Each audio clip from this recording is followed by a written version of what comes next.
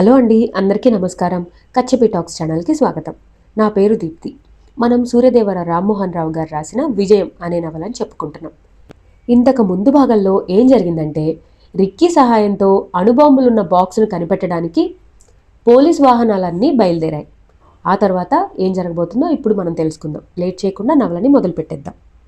ఏం జరుగుతోందక్కడ నాకు వెంటనే తెలియాలి. ఈగిల్ కుప్పకూలి 24 గంటలు దాటిపోయింది. పైలట్ ఆకాష్ గాని పైలట్ సిద్ధార్థ గాని వాళ్ళిద్దరిలో ఒక్కడి ఆచూకీ కూడా తెలియలేదు. చేజారిన అణుబాంబులు ఏమయ్యాయి, ఎక్కడున్నాయి అనే ప్రశ్నకు సమాధానం లేదు. తారడారి మొత్తం జల్లెడపట్టి గాలించైనా వాళ్ళని త్వరగా పట్టుకోవాలని సూచించాను.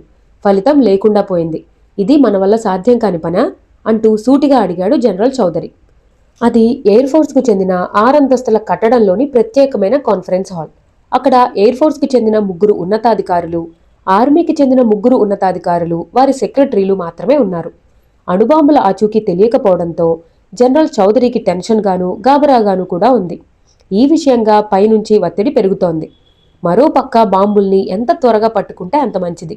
లేదంటే మీడియా దృష్టికి పోకుండా ఈ విషయాన్ని ఎక్కువ రోజులు ఆపటం కష్టం. ఇప్పటికే ఒక విదేశీ పత్రిక ఈగిల్ కుప్పకూలటం వెనుక అంతు చిక్కని మిస్టరీ అంటూ ఒక ఆర్టికల్ను ప్రచురించింది.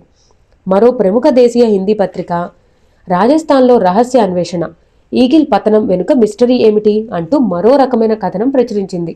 అంటే ఈ వ్యవహారం వెనుక గల నిజాల్ని బయటకు లాగే ప్రయత్నంలో మీడియా కృషి చేస్తోంది. ఇవాళ కాకుంటే రేపు అణుబాంబుల విషయం పత్రికల వాళ్ల నోటీస్కి వెళ్తే పరిస్థితి చాలా గందరగోళం అయిపోతుంది. గంటకోసారి రక్షణ శాఖ కార్యాలయం నుంచి వస్తున్న ఫోన్లకు సమాధానం చెప్పలేక సతమతమవుతున్నాడు చౌదరి. బాంబులు సరిహద్దులు దాటి అవతలకు వెళ్లిపోతే జరిగే పరిణామాల గురించి రక్షణ వర్గాల్లో ఇప్పటికే భయ ఆందోళనలు చోటు చేసుకున్నాయి. అందుకే పరిస్థితిని సమీక్షించడానికి అత్యవసర సమావేశం ఏర్పాటు చేశాడు చౌదరి. ఈ సమావేశానికి అసిస్టెంట్ జనరల్ ప్రకాష్ రైనా కూడా హాజరయ్యాడు. ఏమిటి మాట్లాడరు, ఇది సాధ్యం కాని పనా? తన ప్రశ్నను రిపీట్ చేశాడు చౌదరి. సాధ్యపడుతుంది సార్, కొంచెం టైం కావాలి చెప్పాడు ఒక ఆఫీసర్. ఎంత టైం సరిపోతుంది? 1-2 రోజులు చాలు సార్. మన వాళ్ళు పూర్తి స్థాయిలో అన్వేషణ కొనసాగిస్తున్నారు. కూలిపోయిన హెలికాప్టర్ గురించి ఏం తెలిసింది? అక్కడ ఒక జీప్ కూడా తగలబడింది. హెలికాప్టర్లో 2 బాడీలు పూర్తిగా కాలిపోయాయి. దాన్ని ఎవరు కాల్చారు, ఆ జీప్ ఎవరిది, హెలికాప్టర్లో ఉండాల్సిన మిగిలిన 3 ఏమయ్యారు, ఏమీ తెలియలేదు. మరో ముఖ్యమైన సమాచారం మన దగ్గరుంది. ఏమిటది? జోధ్పూర్కు చెందిన సర్కిల్ వందనా మల్హోత్రా తీవ్రవాది ఒకడిని అరెస్ట్ చేస్తే వాడి నుంచి సమాచారం లీక్ కాకుండా చేయటానికి ఉగ్రవాదులు స్టేషన్ని పేల్చివేశారు. ఆమె తన స్టాఫ్తో ఉగ్రవాదుల కోసం ఎడారిలో గాలిస్తున్నట్టు తెలిసింది. నిన్న చీకటి పడుతుండగా మన వాళ్ళు కొందరు వీరభద్రపురం వెళ్లారు. అక్కడ తెలిసిన సమాచారం ప్రకారం వందనా మల్హోత్రా వెంట ఆకాష్ ఉన్నాడు. హోటల్ ఓనర్ కొడుకుని ఆకాష్ కాపాడాడు. వాళ్లంతా అతన్ని దేవుళ్లా భావిస్తున్నారు.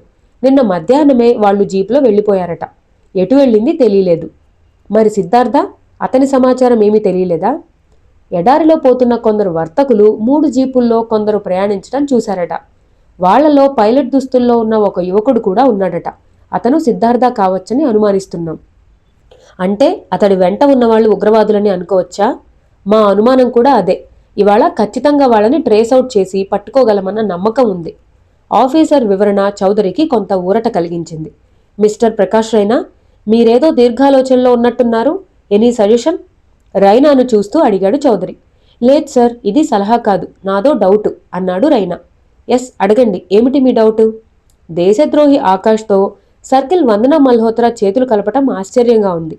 అతను కనిపించగానే ఆమె అరెస్ట్ చేసి ఉంటే బావుండేది. ఆకాష్ పట్టుబడకుండా బాంబుల జాడ తెలుసుకోవటం సాధ్యం కాదనుకుంటున్నాను. 1 మినిట్ రైనా. ఇక్కడున్న సమస్యల్లో బాంబులు ప్రధాన సమస్య. వాటిని వెనక్కి తెచ్చుకునే మార్గం చూడాలి. రెండోది, ఎవరు దేశద్రోహి? ఇది తెలుసుకోవడానికి కొంత టైం పడుతుంది.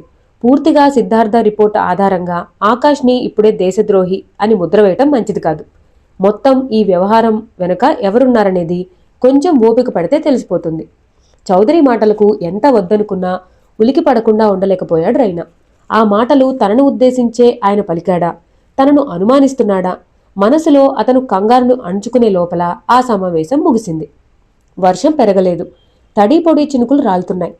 కానీ ఆకాశం మాత్రం దట్టమైన మబ్బులతో బీభత్సంగా ఉంది.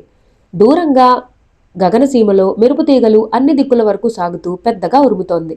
రిక్కీ జీపును వేగంగా పోనిస్తున్నాడు. ఇంతలో సడన్గా వినవచ్చిన హెలికాప్టర్ సౌండ్ విని అదిరిపడుతూ ఆకాశం వంక చూశాడు ఆకాష్. తమ వెనకే ఉత్తరం నుంచి రివ్వున దూసుకొస్తూ కనిపించింది ఒక హెలికాప్టర్. దానికి కొంత దూరంలో దాని వెనకే మరొకటి వస్తోంది. అది ఎయిర్ ఫోర్స్కి చెందిన హెలికాప్టర్. డౌట్ లేదు, అవి ఎయిర్ ఫోర్స్కి చెందినవే అంది వందన. డామిట్, వీళ్ళు ఈ టైంలో వస్తున్నారేమిటి? బయట పరిస్థితులేమిటో మనకు తెలీదు. నేను వాళ్ల కంటపడ్డం మంచిది కాదనుకుంటాను విసుక్కున్నాడు ఆకాష్. ఎయిర్ ఫోర్స్లో అందరికీ నువ్వు తెలుసా? తమాషాగా అడిగింది వందన. తెలీదనుకో. అనుకుందాం, డోంట్ వరీ. ఇప్పుడు నువ్వు ఆకాష్వి కాదు, కానిస్టేబుల్వి, మా స్టాఫ్లో ఒకటివి. నేను మేనేజ్ చేస్తాను, కామ్గా ఉండు. ఓకే, ఏం చేస్తాం? విమానం పోయి లాటరీ వచ్చే డామ్ డామ్ అని నీ పుణ్యమా అని కానిస్టేబుల్ నవ్వుతున్నా. ఏం బాబు, సర్కిల్కి పర్సనల్ కానిస్టేబుల్వి, అదృష్టం ఉండాలి. ఈ డ్యూటీ నాకు అక్కర్లేదు, డ్రైవర్గా ఉంటాను. అరే రిక్కీ, స్టీరింగ్ నాకివ్వరా? మీరు డ్రైవర్ అంటే ఎవరు సార్ నమ్ముతారు? హ్యాపీగా మేడం గారి పక్కన సెటిల్ అయిపోండి అన్నాడు రిక్కీ. ఓర్ని, మేడం గారంటే ఎంత విశ్వాసం రా నీకు అంటూ వాడి తల మీద ఒక్కటిచ్చాడు ఆకాష్. ఇంతలో వాహనాలను దాటి ముందుకెళ్లి ఇసుక మీద ల్యాండ్ అయింది మొదటి హెలికాప్టర్. కొద్ది సెకండ్ల తేడాతో రెండో హెలికాప్టర్ కూడా వచ్చి దానికి సమీపంలో ల్యాండ్ అయింది. హెలికాప్టర్ల నుంచి దిగుతున్న మిలిటరీ వాళ్ళని చూస్తుంటే రిక్కీకి కంగారుగా ఉంది.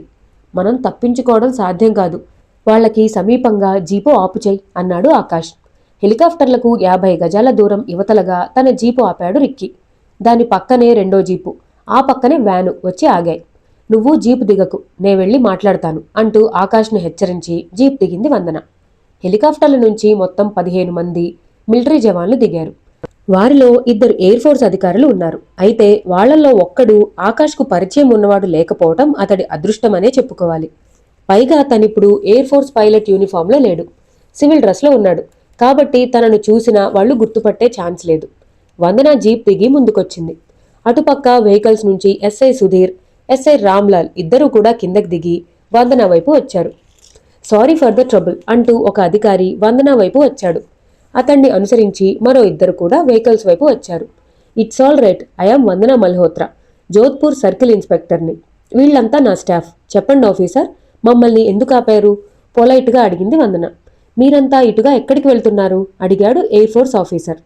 కొందరు ఖైదీలు తప్పించుకుని ఎడారిలోకి వచ్చేశారు. వాళ్ళకి విద్రోహులతో సంబంధాలున్నాయని అనుమానంగా ఉంది. వాళ్ళని గాలిస్తూ తిరుగుతున్నాం. ఐసీ, మీ గురించి విన్నాం, ఒక ఇన్ఫర్మేషన్ కూడా ఉంది. మా ఎయిర్ ఫోర్స్కు చెందిన పైలట్ ఆకాష్, అతను మీతో ఉన్నట్టు తెలిసింది. అతన్ని మాకు అప్పగించండి. ఇది ఎదురు చూడని డిమాండ్. వందనకు ఏం చెప్పాలో క్షణకాలం అర్థం కాలేదు. మేడం, ఆకాష్ అంటే మీతో వీరభద్రపురం వచ్చినతనే కదండి అంటూ పక్కన గొంతు వినబడితే ఉలికిపడి తల తిప్పి చూసింది వందన. ఎప్పుడు వచ్చాడో గాని తనకి పక్కనే నిలబడ్డాడు ఆకాష్. ఆమె కళ్ళు విశాలమయ్యాయి. ఏం చెప్పాలో అర్థం కాక అవునన్నట్టు తలూపింది. అతని గురించే అడుగుతున్నారు అంది. అతను వీరభద్రపురం నుంచి బస్సులో వెళ్ళిపోయాడుగా, అదే చెప్పండి, ఆలోచన దేనికి? అది కాదు, అతని గురించి ఎందుకు అడుగుతున్నారో అర్థం కావటం లేదు, అదే ఆలోచిస్తున్నాను. దానికి ఆలోచన ఎందుకు మేడం? అడిగితే సార్ చెప్తారుగా. ఎవరు నువ్వు? ఆకాష్ని గుచ్చి గుచ్చి చూస్తూ అడిగాడు ఆఫీసర్. సార్ నేనా? జీప్ డ్రైవర్నండి, మేడం గారి స్టాఫ్లో ఒకడిని. సివిల్ డ్రెస్లో ఉన్నానని చూస్తున్నారా? సడన్ ప్రోగ్రాం కదండి, ఉన్న పళంగా బయలుదేరి వచ్చేశాను. చెప్పండి మేడం. అవును, ఇంతకీ ఆకాష్ వాంటెడ్ పర్సన్ అని తెలిస్తే అరెస్ట్ చేసేదాన్ని. అతని గురించి మాకెవరూ ఇన్ఫార్మ్ చేయలేదు. నేను ఎడారిలో దారి తప్పి వస్తుంటే అతను కనిపించి లిఫ్ట్ అడిగాడు. వీరభద్రపురం వరకు వచ్చిన మాట నిజమే. ఇంతకీ అతను ఏం నేరం చేశాడు? సారీ, అది మిలిటరీ సీక్రెట్. పూర్తి వివరాలు మాకు తెలీదు. ఆకాష్, సిద్ధార్థ అనే పైలట్లు 2 కోసం గాలిస్తున్నాం. సిద్ధార్థ సమాచారం ఏదీ తెలియలేదు. ఆకాష్ మీతో ఉన్నట్టు తెలిసింది. సారీ, మీరు చాలా లేట్ చేశారు. ఈసరికి అతను చాలా దూరం వెళ్ళిపోయి ఉంటాడు. వర్షం వచ్చేలా ఉంది, మేం చాలా దూరం వెళ్ళాలి. ఓకే ఓకే, నో ప్రాబ్లం అంటూ ఓసారి వెహికల్స్ని చుట్టి స్టాఫ్నంతా పరిశీలించి వచ్చారు. అనుమానించదగ్గ పర్సన్ ఎవరూ కనిపించలేదు. అమాయకంగా ఫోజు పెట్టి నిలబడిన ఆకాష్ను వాళ్లు అనుమానించలేకపోయారు. మీరు ఎడారిలోకి వచ్చి ఎన్ని రోజులవుతుంది? తిరిగి వస్తూనే అడిగాడు ఆఫీసర్. 2 రోజులు చెప్పింది వందన. రెండో పైలట్ సిద్ధార్థ కానీ విద్రోహులు కానీ ఎవరూ కనిపించలేదా? మేం వెతికేది విద్రోహుల కోసమే ఆఫీసర్, దొరికితే వదిలే ప్రసక్తే లేదు. Okay, sorry for the trouble. వాళ్ళంతా హెలికాప్టర్ ఎక్కేశారు. 2 హెలికాప్టర్లు పైకి లేచాయి. చూస్తుండగానే అవి తూర్పు దిక్కుగా గగనతలంలోకి దూసుకువెళ్లి అదృశ్యమైపోయాయి. అప్పుడు ఆకాష్ వంక తిరిగి చూసింది వందన. నిన్ను ఇక్కడికి రమ్మని ఎవరు చెప్పారు? అదృష్టం బాగుంది కాబట్టి వాళ్ళు నిన్ను గుర్తించలేకపోయారు. గుర్తిస్తే ఏమయ్యేది అంటూ కోప్పడింది. వాళ్ళకా ఛాన్స్ లేదని గుర్తించాకే వచ్చాను మేడం. No problem. మనం వెంటనే బయలుదేరాలి. ఇప్పటికే లేట్ అయ్యాం. కమోన్ అంటూ వెనక్కి వచ్చి జీప్ ఎక్కేశాడు ఆకాష్. వందన వచ్చి అతడి పక్కన కూర్చుంది. రిక్కీ జీప్ స్టార్ట్ చేసి ముందుకు దూకించాడు. అతన్ని అనుసరించాయి మిగిలిన 2 వాహనాలు. అర్ధగంట దక్షిణంగా ప్రయాణించి అక్కడి నుండి ఎడం పక్కగా తూర్పు ఆగ్నేయంగా రూట్ మార్చి ముందుకు సాగాడు రిక్కీ. చిన్న పెద్ద ఇసుక గుట్టలతో కూడిన ప్రదేశం దాటగానే చిట్టడవి లాంటి ప్రదేశం, దూరంగా కొన్ని చెట్లు పొదలు కనిపించాయి. అక్కడ 3 జీపులు ఒంటెలు కనపడ్డాయి. మనుషులు తిరుగుతున్నారు. డామిట్, ఇంత ఖచ్చితంగా మీరెలా ఊహించారు ఆకాష్ సార్? వాళ్ళు మనకన్నా ముందే అక్కడికి చేరుకున్నారు. అటు చూడండి అంటూ చేయెత్తి దూరంగా కనబడుతున్న చెట్ల ప్రాంతాన్ని చూపించాడు రిక్కీ. అక్కడి దృశ్యం చూడగానే ఆకాష్ వందనాలు ఆందోళనకి గురయ్యారు. బాంబులు వాళ్ల చేతికి చిక్కకూడదు. త్వరగా పోనీ రిక్కీ. వందన, మన వాళ్లందరినీ పోరుకు సిద్ధంగా ఉండమని చెప్పు. ఫైటింగ్ తప్పదు అంటూ హెచ్చరించాడు. వందన ఎస్ఐ సుధీర్, ఎస్ఐ రామ్లాల్తో వైర్లెస్లో మాట్లాడింది. స్టాఫ్ అంతా రెడీగానే ఉన్నారు. దుమ్ముతెరలు రేపుతూ శిథిలగుడి ప్రాంతం వైపు పరుగులు తీస్తున్నాయి పోలీస్ వాహనాలు. అదే సమయంలో పెద్దగా శబ్దం చేస్తూ కుండపోతగా ఆరంభించింది వాన. అవతల చూస్తే వర్షం వచ్చేలా ఉంది. ఇంకా మనం ఎంత దూరం వెళ్ళాలి? సిద్ధార్థను చూస్తూ విసుగ్గా అరిచాడు రెహమాన్. ఎంత దూరమైనా వెళ్ళాలి, తను విసుక్కున్నాడు సిద్ధార్థ. మీ వాళ్ళు చేసిన వెధవ పనికి, చేతకాంతనానికి మనకి తిప్పలు తప్పవు అన్నాడు తిరిగి తనే. సిద్ధార్థ చేతిలో ఉంది ఎలక్ట్రానిక్ పరికరం. అందులో చిన్న రెడ్ బల్బు వెలుగుతోంది. బాంబుల్ని గుర్తించినందుకు సిగ్నల్ అది.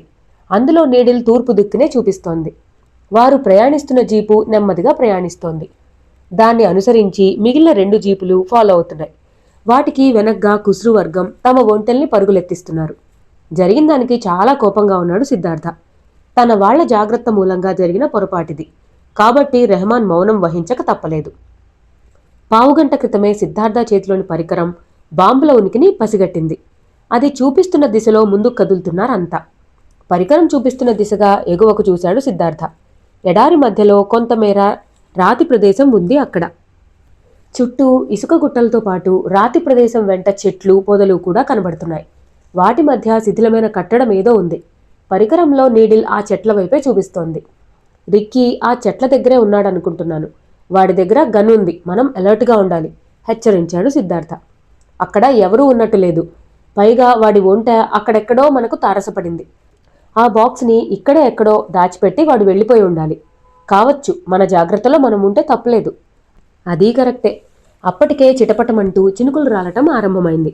ఆకాశంలో నల్లమబ్బులు సుడులు తిరుగుతున్నాయి. ఈదురుగాలి ఎక్కువైంది. వాహనాలు చెట్ల మధ్యకు చేరుకుని ఆగాయి. సిద్ధార్థ జీప్ దిగాడు. ఎలక్ట్రానిక్ పరికరం వాళ్ళని పాడుబడ్డ గుడి వెనక్కి తీసుకువెళ్లి నిలిపింది. ఇసుక మీద బండరాళ్లున్నాయి. బాక్స్ లేదు. ఇక్కడేమీ కనిపించడం లేదు అనుమానంగా అడిగాడు రెహమాన్. ఆ రాళ్లను తీసి ఇసుక తవ్వమను. బాక్స్ ఇక్కడే ఉంది అంటూ పరికరాన్ని స్విచ్ ఆఫ్ చేసి జేబులో వేసుకుని సిగరెట్ ముట్టించుకున్నాడు సిద్ధార్థ. రెహమాన్ ఆర్డర్ మేరకు అతడి మనుషులు 4 ఇసుకను తోడే పని ఆరంభించారు. సరిగ్గా ఇదే సమయంలో అటు ఉత్తర దిక్కు నుంచి ఇంజన్ సౌండ్స్ వినిపించాయి. మొదట అది వర్షం హోరు అనుకున్నారు.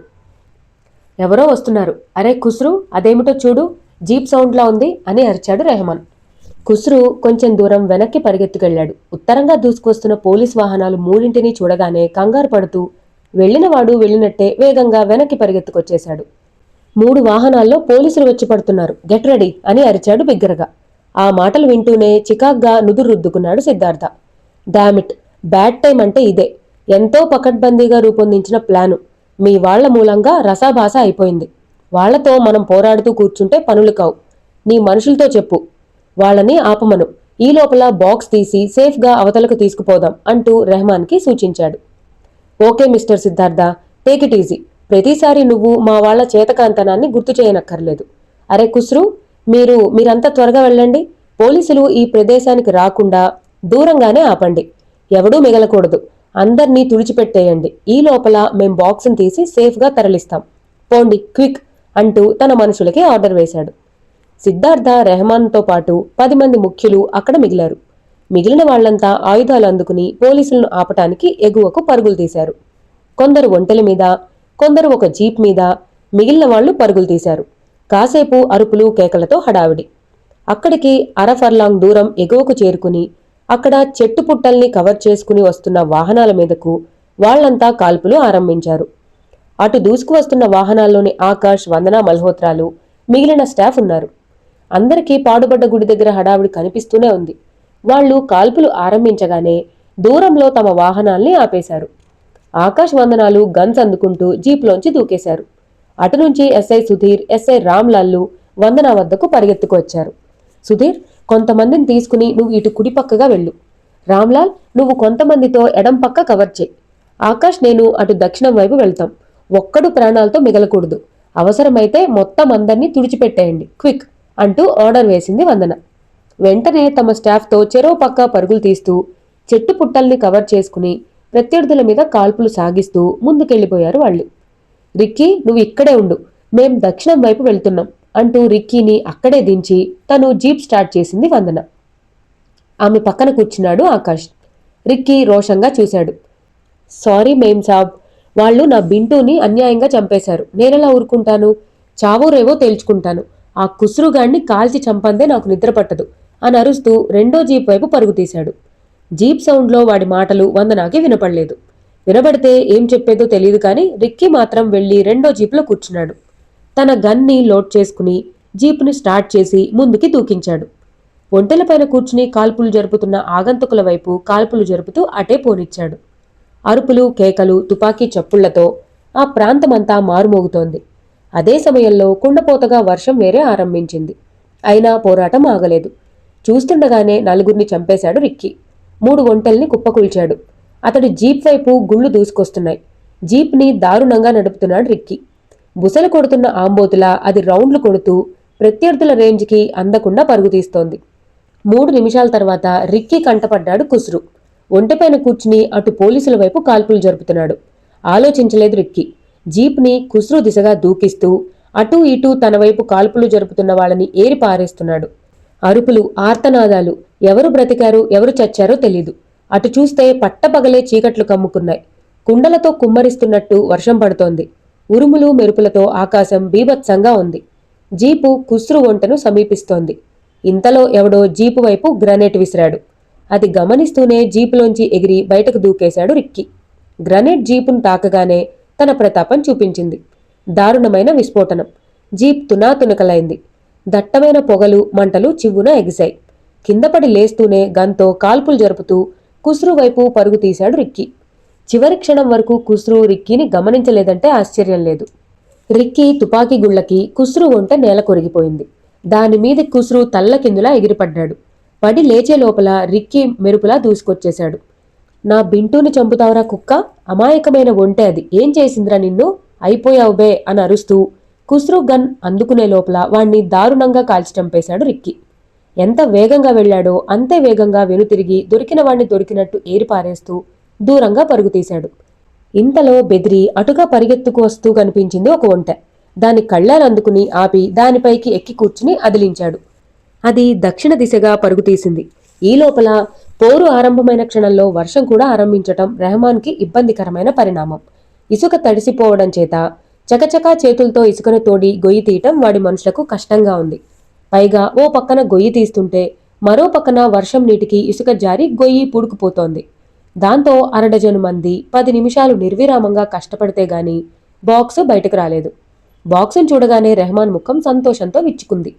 రండి బే, అర్జెంటుగా జీపు తీసుకురండి, ముందు మనం దీన్ని అవతలకు తీసుకుపోవాలి అని అరిచాడు. వర్షం హోరులో వాడి గొంతు వాడికే సరిగా వినిపించటం లేదు. ఒక అనుచరుడు పరిగెత్తుకు వెళ్లాడు. వెళ్లిన నిమిషంలోనే ఒకదాని తర్వాత ఒకటిగా 2 జీపులు దూసుకొచ్చి అక్కడ ఆగాయి. బాక్స్ని వెనక జీపులోకి చేర్చారు. ముందు జీపులో రెహమాన్, సిద్ధార్థాలు ఎక్కారు. వాళ్లతో పాటు 3 గన్స్తో ఎస్కార్ట్గా ఎక్కి కూర్చున్నారు. వెనుక జీపులో 5 ఎక్కారు. పదండి త్వరగా అంటూ ఆర్డర్ వేశాడు రెహమాన్. వాహనాలు కదిలాయి. 3 పక్కలా కాల్పులు కొనసాగుతున్నాయి. ఒక్క ఆగ్నేయ దిశలో మాత్రం ప్రశాంతంగా ఉంది. జీపుల్ని అటు మళ్లించాడు. దక్షిణం వైపుగా వస్తున్నారు వందన, ఆకాష్లు. వందన డ్రైవ్ చేస్తుంటే ఆకాష్ కాల్పులు జరుపుతున్నాడు. మరికాస్త ముందుకు రాగానే ప్రత్యర్థుల జీపులు వందన కంటపడ్డాయి. మై గాడ్ ఆకాష్, వాళ్ళు బాక్స్ తీసుకుని వెళ్లిపోతున్నారు అని అరిచింది. వదలకు, ఫాలో చేయి, క్విక్ అని అరిచాడు ఆకాష్. జీప్ని అటు మళ్లించింది వందన. ఈ లోపల రిక్కీ తన ఒంటె మీద దక్షిణం వైపుగా దూసుకువచ్చాడు. అప్పటికే రెహమాన్ వర్గం జీపులు రెండు ముందుగా దూసుకుపోతూ కనిపించాయి.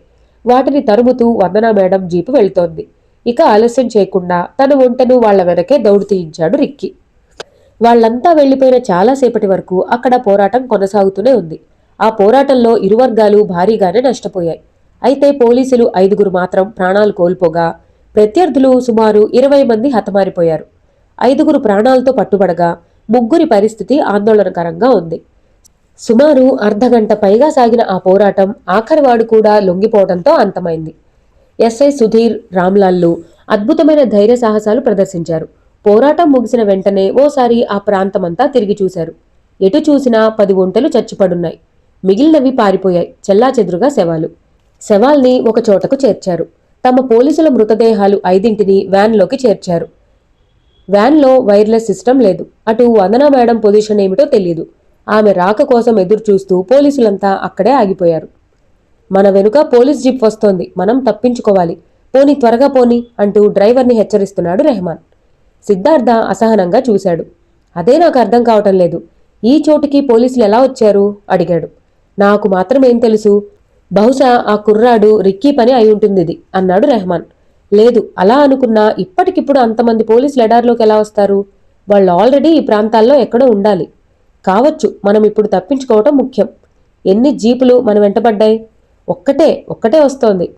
మన వెనక జీపులో వాళ్ళని అటాక్ ఇవ్వమను. ఈ లోపల మనం ముందుకు వెళ్ళిపోవచ్చు. ఈ వర్షం హోరులో అరిచినా వినపడదు. రాని, వీలు చూసి అటాక్ చేద్దాం.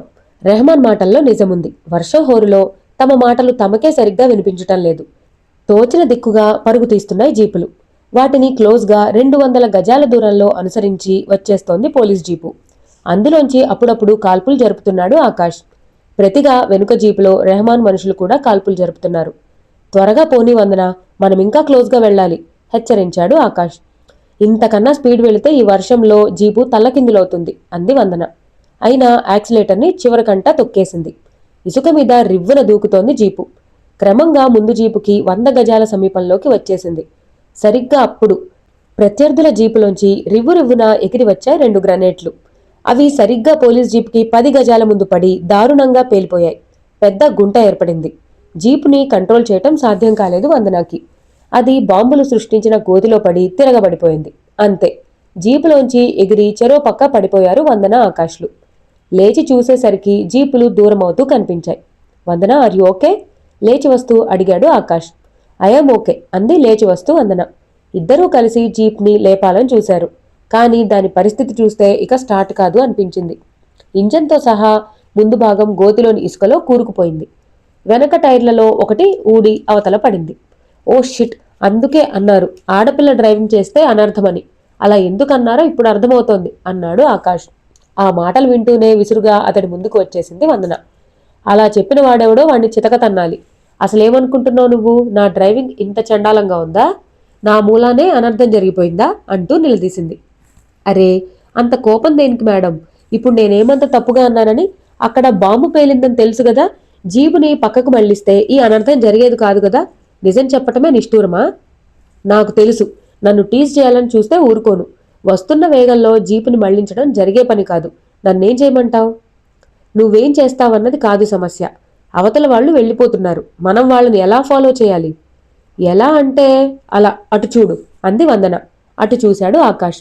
అతడి ఆశ్చర్యానికి అంతులేదు. అంతటి వర్షంలో కూడా ఒంటెను దౌడు తీయిస్తూ దూసుకొస్తున్నాడు రిక్కీ. నిజంగా ఆ టైంలో వాడు రావటంతో తిరిగి ఆశలు చిగురించాయి. ప్రత్యర్థుల్ని వెంబడించి పట్టుకోవచ్చన్న నమ్మకం కలిగింది. చూస్తుండగానే అక్కడికి వచ్చేసింది రిక్కీ ప్రయాణిస్తున్న ఒంటె. నిలువునా తడుస్తున్నారంతా. ఎడారి అంతటా కుండలతో కుమ్మరిస్తున్నట్టు పడుతోంది వాన. ఈదురుగాలి వీస్తోంది. రిక్కీ ఒంటెపై నుండి దిగాడు. ఏమైంది మేడం, వాళ్ళని వదిలేశారా? జీపు తిరగబడిపోయిందే, ఏమైంది అని అడిగాడు. ఆ జీపు కదలదు, ముందు మనం త్వరగా వెళ్ళాలి, కమాన్ అంటూ ముందుగా తనే ఎగిరి జీను పట్టుకుని పాకి పైన కూర్చుని కళ్ళాలు అందుకున్నాడు ఆకాష్. అతని వెనుకే వందన ఎక్కి కూర్చుంది. చివరగా రిక్కీ ఎక్కి కూర్చున్నాడు. కళ్ళాలు బిగించి ఒంటెను అదిలించాడు ఆకాష్. తిరిగి దౌడు ఆరంభించింది అది. అది తీస్తున్న దౌడికి దారిలోనే ఉడతలా జారి దబ్బున కింద పడిపోయాడు రిక్కీ. పడి లేచి చూసేసరికి అప్పటికే అంత దూరం వెళ్ళిపోయింది ఒంటె. రిక్కీ పడిపోవటం ఆకాష్ గాని వందన గాని గమనించలేదు. ప్రత్యర్థుల జీపులను అందుకోవాలనే హడావిడిలో వాళ్ల దృష్టి ఎగువకే కేంద్రీకృతమై ఉంది. వర్షాన్ని కూడా లెక్క చేయకుండా 4 కాళ్ల మీద దౌడు తీస్తోంది ఒంటె. తన కేకలు వాళ్లకు వినిపించటం లేదని అర్థమైంది రిక్కీకి. అలాగని అక్కడే ఆగిపోయే ఉద్దేశం లేదు రిక్కీకి. ఆలస్యం చేయకుండా ఒంటె వెళుతున్న దిశగా పరుగు ఆరంభించాడు. ఆ ఒంటె తన దృష్టిపథం నుంచి తప్పిపోకూడదనే ఉద్దేశంతో శక్తినంతా కాళ్లలోకి తెచ్చుకుని మరీ పరుగు తీస్తున్నాడు. అయితే అదే తన శక్తికి మించిన కార్యం అని కొద్దిసేపట్లోనే అర్థమైంది. 10 నిమిషాలు కూడా గడవకముందే ఉన్నట్టుండి ఇసుకగుట్టల వెనుక అదృశ్యమైంది ఒంటె. డామిట్, ఇక వాళ్ళని పట్టుకోలేడా? ఎడారిలో ఎటు పరిగెత్తాలి? అంతా బ్యాడ్ టైం. లేకపోతే ఒంటెపై నుంచి తను జారిపడ్డమేమిటి? అదే ఇసుకగుట్టల సమీపంలో ఆగిపోయి ఆయాసంతో రొప్పుతూ నిలబడిపోయాడు రిక్కీ. వర్షం ధారలు సూదుల్లా శరీరాన్ని తాకుతున్నాయి. నిలువునా తడిసిపోతూనే ఉన్నాడు. కళ్లల్లోకి నీరు జారి సరిగా చూడలేకపోతున్నాడు. మాట మాటకి కళ్ళు తుడుచుకోవాల్సి వస్తుంది. 2 నిమిషాల వరకు ఉన్న చోటు నుండి కదలకుండా అక్కడే నిలబడిపోయాడు. కొంచెం ఆయాసం తగ్గింది. తిరిగి బయలుదేరాలి అనుకుంటుండగా సడన్ గా అతడి చెవులకు సోకింది ఎక్కడ్నుంచో ఇండియన్ శబ్దం. అంతటి వర్షంలో కూడా ఆ శబ్దాన్ని గుర్తించటంలో పొరపాటు పడలేదు రిక్కీ. చెవులు రిక్కించి విన్నాడు. అది తను వచ్చిన దిశ నుంచే వస్తోంది. జీప్ సౌండ్ క్రమంగా దగ్గర పడుతోంది. ఎవరిదా జీప్? పోలీస్ జీపా? అందుకు అవకాశం లేదు. ఒక జీపు తన చేతిలోనే నాశనమైంది. రెండోది దిగువ పాడైపోయింది. పోలీసుల దగ్గర మిగిలింది వ్యాన్ ఒక్కటే. అదైనా ఉందో పాడైందో తెలీదు. పోతే రెహమాన్ వర్గం 2 జీపుల్లో పారిపోవటం తనూ చూశాడు. అయితే వాళ్లకి చెందిన 3వ జీపు అక్కడే ఉండాలి. బహుశా ఆ జీపులో పారిపోయే వస్తుండాలి. వాడెవడైనా గాని తనున్న పరిస్థితిలో తనకి జీపు చాలా ముఖ్యం. క్రమంగా జీపు సౌండ్ దగ్గర పడుతోంది. ఇక ఆలస్యం చేయలేదు రిక్కీ. వేగంగా పక్కనున్న ఇసుకగుట్టపైకి పరిగెత్తి బోర్లా పడుకుని గన్ ఏం చేసి రెడీగా ఉన్నాడు. క్షణాలు ఆతృతగా తిరిగిపోతున్నాయి. సరిగ్గా 20 సెకండ్ల తర్వాత ఆ జీప్ దృష్టి పథంలోకి వచ్చింది. రిక్కీ ఊహించింది కరెక్టే. అది తీవ్రవాదులకు సంబంధించిన జీపు. వాళ్ల క్రూరత్వం ఎలాంటిదో తనకు తెలియంది కాదు. పొరపాటు జరిగితే నిర్దాక్షిణ్యంగా తల నరికేస్తారు. జీపులో ఎంతమంది ఉన్నారో తెలీదు. కానీ ఎక్కువ మంది ఉండే అవకాశం మాత్రం లేదు. ఎందుకంటే ఇంచుమించు అందర్నీ అక్కడ పోలీసులు తుడిచిపెట్టేశారు. డ్రైవింగ్ సీట్లోని మనిషికి ఏం చేస్తూ రెడీగా ఉన్నాడు రిక్కీ. క్రమంగా అతడున్న గుట్టకు దగ్గర పడిపోయింది జీప్. అది గన్ రేంజ్లోకి వచ్చే వరకు ఓపిగ్గా వెయిట్ చేశాడు రిక్కీ. రేంజ్లోకి వచ్చిన మరుక్షణం గన్ ట్రిగ్గర్ని లాగి వదిలాడు. ధన్మంటూ గర్జించింది గన్. గాలిని వర్షాన్ని చీల్చుకుంటూ దూసుకు వెళ్ళింది బుల్లెట్. డ్రైవింగ్ సీట్లోని వ్యక్తి కణతను చీల్చుకుని అవతలకు వెళ్ళిపోయింది. అరిచే అవకాశం కూడా లేకుండా అతడు ఉన్నవాడు ఉన్నట్టే ప్రాణాలు వదిలేసి స్టీరింగ్ మీదకు వాలిపోయాడు. వస్తూనే సడన్గా ఆగిపోయింది జీపు. డ్రైవర్ పక్కన మరో వ్యక్తి ఉన్నాడు. ఏం జరిగిందో మొదట అర్థం కాలేదు వాడికి. నెత్తురోడుతున్న డ్రైవింగ్ సీట్లోని తన సహచరుడి తలను చూడగానే కంగారు పడిపోయాడు. ఏం జరిగిందో ఊహిస్తూ గన్ అందుకుని జీపులోంచి బయటకు దూకపోయాడు. సరిగ్గా అప్పుడే 2వ రౌండ్ షూట్ చేశాడు రిక్కీ. జీపు ఫ్రంట్ గ్లాస్ బళ్ళున పగిలింది. చెల్లాచెదురుగా ఎగిరి మీద పడిన గ్లాస్ పీస్లకు ఉక్కిరిబిక్కిరవుతూ ఎగిరి బయటకు దూకి బంతిలా కింద పడ్డాడు వాడు. పడిలేచే లోపలే మరోసారి దారుణంగా గర్జించింది రిక్కీ చేతిలోని గన్. అంతే, గుండెలు చీల్చుకుపోయి దారుణంగా అరుస్తూ విరుచుకు పడిపోయాడు. క్షణంలో ఎగిరిపోయాయి వాడి ప్రాణాలు. జీప్లో వేరెవరైనా ఉన్నారేమోనని డౌట్తో 2 నిమిషాలు వెయిట్ చేశాడు రిక్కీ. జీప్లోంచి ఎవరూ దిగలేదు. గుట్ట దిగి వచ్చాడు. వేగంగా జీప్ వద్దకు వెళ్ళాడు. డ్రైవింగ్ సీట్లో శవాన్ని లాగి కింద పడేశాడు. గన్ బట్తో ఇంకా మిగిలిన గ్లాస్ ని కొట్టి పిలిపేశాడు. సీటు మీద పీసెస్ ని తుడిచి ఎక్కి జీప్లో కూర్చున్నాడు. వెంటనే ఏదో గుర్తుకు వచ్చి జీప్ దిగాడు. శవాలను చెక్ చేశాడు. వాళ్ళిద్దరి దగ్గర 5,000 వరకు కరెన్సీ దొరికింది. ఒకటి చేతి వాచి, రెండో వాడి మెళ్ళో బంగారు గొలుసు కూడా లూటీ చేసి జేబులో వేసుకున్నాడు. వాళ్ల దగ్గర రివాల్వర్లని, బుల్లెట్ బాక్సుల్ని కూడా స్వాధీనం చేసుకున్నాడు. అప్పుడు గానీ రిక్కీకి తృప్తి కలగలేదు. ఎంతైనా వాడు ఎడారి దొంగ కదా, ఆ బుద్ధి ఊరకే ఎలా పోతుంది? ఇప్పుడు హ్యాపీగా డ్రైవింగ్ సీట్లో కూర్చుని జీప్ని ముందుకు దూకించాడు. జీప్ కదిలిన 2వ నిమిషంలోనే విచిత్రంగా వర్షం జోరు తగ్గింది. ఇప్పుడు ఎడారిలో ఎక్కువ దూరం చూడగలుగుతున్నాడు. ఆకాశ వందనాలు ప్రయాణిస్తున్న ఒంటె ఎటు వెళ్ళిందో ఊహించడానికి ప్రయత్నిస్తూ జీప్ యాక్సిలేటర్ను మరింత బలంగా అదిమాడు రిక్కీ. లాభం లేదు. ఈ శవాల దగ్గర కాపలా కూర్చోవటం మన వల్ల కాదు. మన వాళ్ల శవాల్ని తీసుకుని మనం వెనక్కి వెళ్ళిపోదాం. ఆకాశం వంక చూస్తూ విసుగ్గా చెప్పాడు ఎస్ఐ రామ్లాల్. అప్పటికి వర్షం ఆగిపోయి గంటైంది. వందన ఆకాష్లు వెళ్లి గంటన్నర దాటింది. ఆకాశంలో దట్టమైన మబ్బులు ఇంకా అలాగే ఉన్నాయి. ఇప్పుడో కాసేపటికో తిరిగి వర్షం పడదన్న గ్యారంటీ లేదు. ఈదురుగాలులు వణికిస్తున్నాయి. నిలువునా తడిసిపోయి ఉన్నారేమో. చలికి గడగడా వణుకుతున్నారు అందరూ. కొందరు షర్టులు తీసి పిండి తిరిగి అవే తొడుక్కున్నారు. ఇవన్నీ అలా ఉంచితే అసలు ఆ ప్రాంతంలో నిలవటానికే ఇబ్బందిగా ఉంది. చెల్లాచెదురుగా పడున్న మనుషులు, ఒంటెల శవాల నెత్తురుతో ఒక విధమైన వెగటు కంపు గాలిలో వ్యాపించి ఉక్కిరిబిక్కిరి చేస్తోంది. ఆకాశంలో 2 రాబందులు చక్కర్లు కొడుతున్నాయి. మరికొంత సమయం గడిస్తే రాబందులు గుంపులు గుంపులుగా వచ్చి శవాల్ని పీక్కు తినే కార్యక్రమం మొదలు పెడతాయి. ఇవి కాక ఎడారి నక్కల గురించి చెప్పనక్కర్లేదు. గాలివాటున నెత్తురు వాసన పసిగట్టాయంటే చాలు, ఇక శవాల కోసం దండయాత్ర ప్రారంభిస్తాయి. కాబట్టి రామ్లాల్ విసుగు చెందటంలో ఆశ్చర్యం ఏమీ లేదు. కానీ ఎస్ఐ సుధీర్ అతడి అభిప్రాయాన్ని సమర్థించలేదు. ఉండాలి, మనం ఇక్కడ కాపలా ఉండాలి. సర్కిల్ వందన మేడం వచ్చే వరకు ఉండి తీరాలి, తప్పదు. ఇప్పుడే మనం వెళ్ళిపోవటం పద్ధతి కాదు అన్నాడు. ఎప్పుడు వెళ్ళిపోదాం? చూద్దాం, సాయంత్రం వరకు చూద్దాం. అప్పటిదాకా నక్కలు, రాబందులు శవాల్ని పీక్కు తింటుంటే చూస్తూ కూర్చుందామా? చూడలేకపోతే దూరంగా వెళ్ళు, లేదంటే వాటిని దూరంగా తరుము. ఏమైనప్పటికీ మేడం ఆర్డర్ లేకుండా సొంత నిర్ణయాలు తీసుకుని తర్వాత రిస్క్ ఫేస్ చేయటం మంచిది కాదు. మనం వెయిట్ చేయాలి, తప్పదు అంటూ స్ట్రిక్ట్గా హెచ్చరించాడు సుధీర్. ప్రత్యర్థుల్ని మట్టుపెట్టినా స్టాఫ్లో ఉత్సాహం లేదు. ఎందుకంటే తమ వాళ్లు 5 జరిగిన పోరాటంలో హతమయ్యారు. ఆ 5 శవాలు వ్యాన్లో ఉంచబడ్డాయి. త్వరగా జోధ్పూర్ వెళ్లిపోతే శవాల్ని బంధువులకు అప్పగించే ఏర్పాటు చేయొచ్చు.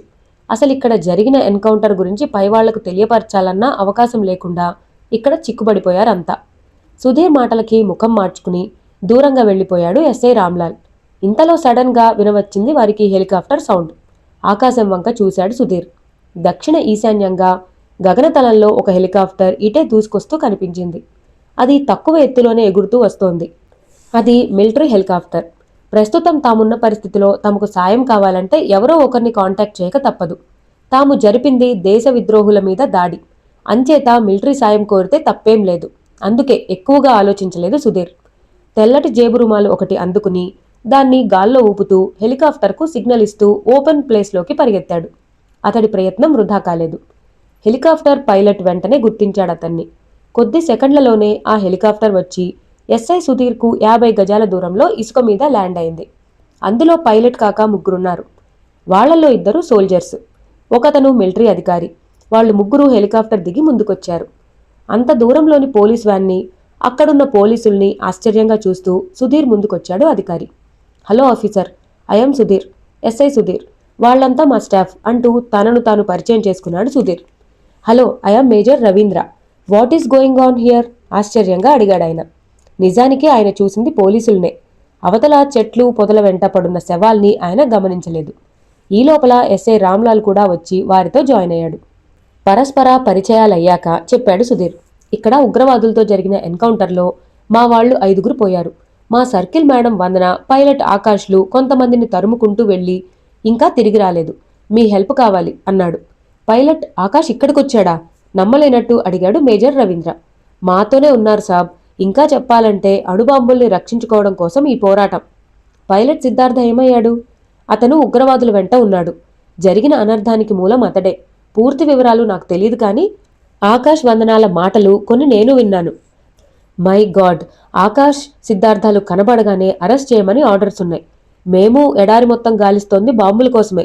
ఓకే, లెటస్ సీ అంటూ వేగంగా చెట్ల వైపు కదిలాడు రవీంద్ర. శవాలతో బీభత్సంగా ఉన్న ఆ ప్రాంతాన్ని చుట్టి చూశాడు. ఏం జరిగిందో ఊహించడం పెద్ద కష్టం కాలేదు. వెళ్లినంత వేగంగానూ వెనక్కి తిరిగి వచ్చేశారంతా.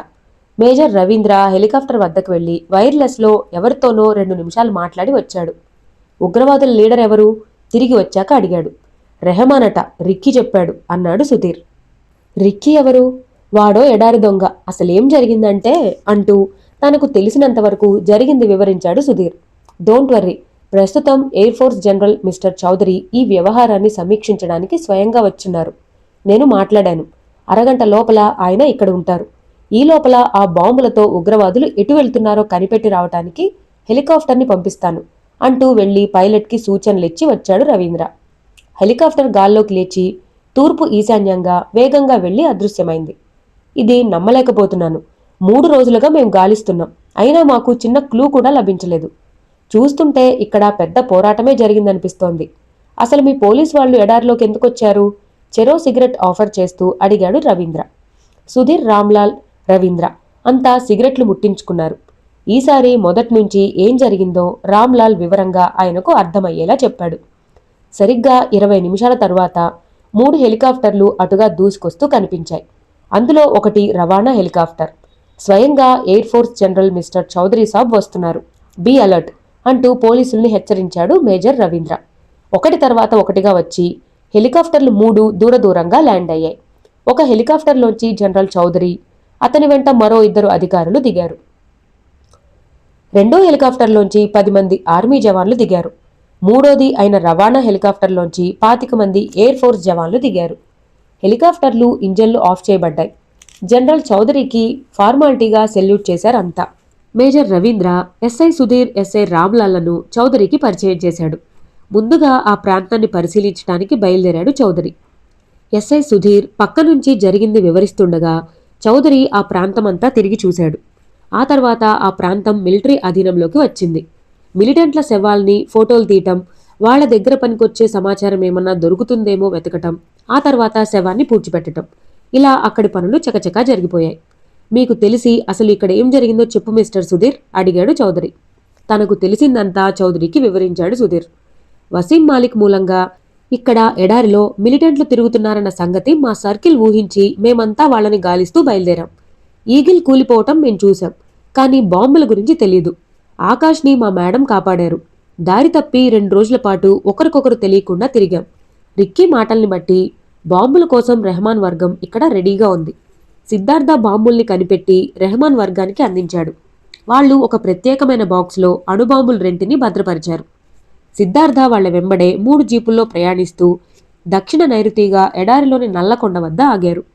మిలిటరీ హెలికాప్టర్ ఒకటి అక్కడికి వచ్చింది. ఎంక్వైరీకి వచ్చిన హెలికాప్టర్లోని 5గురిని నమ్మకంగా కాల్చి చంపాడు సిద్ధార్థ. శవాల్ని అక్కడే ఇసుకలో పాతిపెట్టారు. తరువాత తమ మనుషులిద్దరినీ అదే హెలికాప్టర్లో ఆకాష్ను వెతికి చంపమని పంపించాడు సిద్ధార్థ. ఆ తరువాత బిడార్ గుంపులా నటిస్తున్న కుస్రు వర్గం తమ ఒంటెలతో అక్కడికి వచ్చింది. బాంబుల బాక్స్ను ఒంటె మీదకు చేర్చారు. తరువాత వాళ్ళు అటు, వీళ్ళు ఇటుగా విడిపోయారు. ఇదంతా రిక్కీ చూసిన సంగతి వీళ్ళకి తెలియదు. ఆ బాక్స్లో డబ్బు ఉందనుకున్నాడు రిక్కీ. అందుకే ప్రాణాలకు తెగించి కుస్రు వర్గంలో నమ్మకంగా ప్రవేశించి తెల్లవారుజామున ఆ బాక్స్తో పారిపోయి వచ్చి అదిగో ఆ పాడుబడ్డ గుడి వెనక పాతిపెట్టి వెళ్ళిపోయాడు. మేమంతా నిద్రపోతున్న సమయంలో మా జీపు దొంగిలించి పారిపోతూ మా మేడం వందన, ఆకాష్ సాబ్లకు ఎదురయ్యాడు. అలా బాంబుల జాడ వాళ్లకు తెలిసింది. మేమంతా కలుసుకున్నాం. బాక్స్ కోసం ఇక్కడికి వచ్చేసరికి అప్పటికే రెహమాన్ వర్గం ఇక్కడకు చేరుకుని బాక్స్ని కనిపెట్టి పైకి తీస్తోంది. వాళ్ళు కాల్పులు ఆరంభించారు. మేము ఫైరింగ్ ఓపెన్ చేయక తప్పలేదు. ఓ పక్క మేం ముమ్మరంగా పోరాటం సాగిస్తుంటే సిద్ధార్థ, రెహమాన్ మరికొందరు ఆ బాక్స్ను తీసుకుని 2 జీపుల్లో పారిపోవటం మొదలుపెట్టారు. ఆకాష్, వందన మేడంలు వాళ్ళని తరుముకెళ్లారు. ఇంకా తిరిగి రాలేదు. వాళ్ల కోసం మేం వెయిట్ చేస్తుంటే మేజర్ రవీంద్ర సాబ్ మమ్మల్ని గమనించి హెలికాప్టర్ దించి మమ్మల్ని కలుసుకుని మాట్లాడారు అంటూ జరిగింది క్లుప్తంగా వివరించాడు ఎస్ఐ సుధీర్. ఇంతలో గాలింపు కోసం వెళ్లిన హెలికాప్టర్ తిరిగొచ్చింది. ఏమైంది? తన వద్దకు పరిగెత్తుకొచ్చిన పైలట్ను అడిగాడు చౌదరి. సారీ సార్, వాళ్ల జాడ తెలియలేదు. ఒకచోట పోలీస్ జీప్ తల్లకిందులై కనిపించింది. మరో చోట 2 శవాలు కనిపించాయి. పగిలిన గ్లాస్ పీసెస్ అక్కడ పడున్నాయి. వాళ్ళని ఎవరో కాల్చి చంపారు. వాళ్ల వివరాలు తెలియలేదు. చూడటానికి వాళ్ళు మిలిటెంట్ల మాదిరిగానే ఉన్నారు. ఆ దిశగానే చాలా దూరం వరకు ఎగువకెళ్లి చూశాం. ఎక్కడా జీపుల జాడ తెలియలేదు అంటూ రిపోర్ట్ చేశాడు హెలికాప్టర్ పైలట్. ఆ రిపోర్టు వినగానే జనరల్ చౌదరి అంతరంగం మరింత ఆందోళనకి గురైంది. అయినా ఇప్పటికిప్పుడు చేయగలిగింది ఏమీ లేదు. వాళ్ళు ఎక్కడికి పోతారు? మంత్రం వేసినట్టు మాయం కాలేరు కదా. మరికొంత దూరం గాలించవలసింది. ఓకే మేజర్ రవీంద్ర, మీరు బయలుదేరండి. మరింత విస్తృతంగా గాలించండి. వాళ్ళు కనబడగానే నాకు రిపోర్ట్ చేయండి. నేను కూడా బయలుదేరుతున్నాను. ఇక్కడి పనులు మా వాళ్ళు చూస్తారు అన్నాడు. మేజర్ రవీంద్ర తన హెలికాప్టర్లో వెళ్లిపోయాడు. ఒక హెలికాప్టర్లో వీరోచితంగా పోరాడి అసువులు బాసిన 5గురు పోలీసుల మృతదేహాల్ని ఉంచి ఎస్ఐ రామ్లాల్ని, మరో 2 పోలీసుల్ని జోధ్పూర్కు పంపించేశాడు ఎస్ఐ సుధీర్. జనరల్ చౌదరి బయలుదేరి వెళ్లిపోయాడు.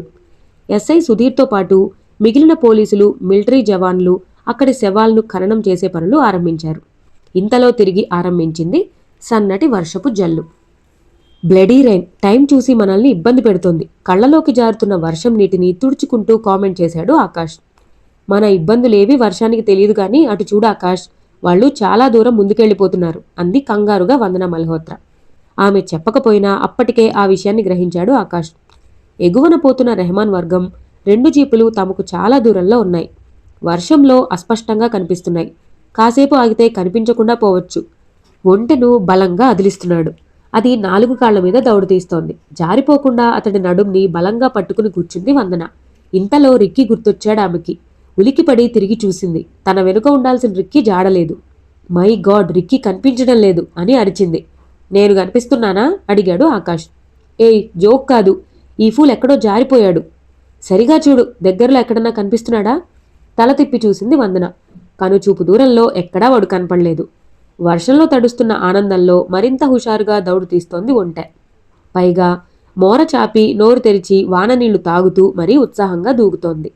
ఆకాష్ కూడా తల తిప్పి తాము వచ్చిన మార్గం వంక చూశాడు. నిజంగానే రిక్కీ జాడలేదు. ఓకే మేడం, ఈ ప్రాంతాలన్నీ వాడికి కొట్టిన పిండి. వాడి గురించి మనం కంగారు పడాల్సిందేమీ లేదు. ప్రస్తుతం మన కంగారంతా ఆ బాక్స్ గురించి. ఇప్పుడు చేయి జారిందంటే తిరిగి పట్టుకోవటం అంత సులువు కాదు అన్నాడు. పైలట్ సిద్ధార్థ వాళ్లతోనే ఉన్నాడా? అడిగింది. ఫ్రంట్ జీపులో సిద్ధార్థ, రెహమాన్ అనే మిలిటెంట్ లీడరు మరికొంతమంది ఉన్నారు. బాక్సు వెనుక జీప్లో ఉంది. దానికి 1/2 మంది కాపలా ఉన్నారు. కష్టం. ఎంతగా దౌడు తీసినా ఒంటె జీపుల్ని అందుకోవటం చాలా కష్టం. క్రమంగా మనకు దూరమవుతున్నారు వాళ్ళు. నేను అదే ఆలోచిస్తున్నాను. ఎగువన జీపులు 2 కుడిపక్కకు తిరిగి తూర్పు ఆగ్నేయంగా పోతున్నట్టున్నాయి. అవునా? Yes, you are correct. ఆ గుట్టల ఎగువ నుంచి మలుపు తిరుగుతున్నారు. ఓకే, మనం ఇటు కుడిపక్కగా కవర్ చేద్దాం. షార్ట్ రూట్లో వాళ్లకన్నా ముందుగా ఉంటాం అంటూ ఒంటెను కుడిపక్కకు మళ్లించాడు ఆకాష్. ఇక్కడ మన నవలకి ఒక చిన్న బ్రేక్ ఇద్దామండి. తర్వాత ఏం జరగబోతుందో మనం వచ్చే భాగంలో తెలుసుకుందాం. ఈ నవల, ఈ వీడియో కనుక మీ అందరికీ నచ్చినట్టయితే నా ఛానల్ని సబ్స్క్రైబ్ చేసుకోండి. Thank you for watching.